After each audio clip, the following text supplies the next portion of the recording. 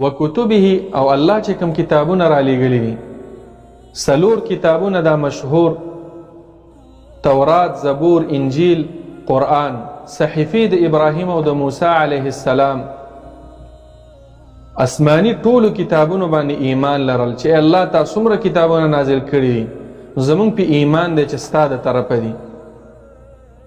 خلکو پکې تحریف کړی لکه نصارا او یهودیانو، هغه تحریف باندې زمونږ ایمان نه دی، خو په دیم ایمان دی چې په موسی علیه السلام کتاب نازل شوی، په عیسی علیه السلام کتاب نازل شوی، په داود علیه السلام کتاب نازل شوی، زمونږ په پیغمبر باندې قرآن نازل شوی دی.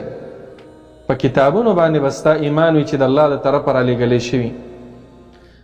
په کتابونو ایمان دام دی چې را لېږلی شوي او په دې باندې هم ایمان لري چې دا حق کتابونه دي، په دې کې چې څه دي دا ټول رښتیا دي، دا د دروغو نه پاک کتابونه دي. مشرکانو به ویله چې دا ټولې هسې قصې دي، دا سحر دی، کهانت دی، دا دروغ دي. د مسلمانانو یقین به دا وي چې نه، دا ټولې صحیح خبرې دي، په دې کې دروغ نشته دی. قرآن چې څه ویلي هغه ټول صحیح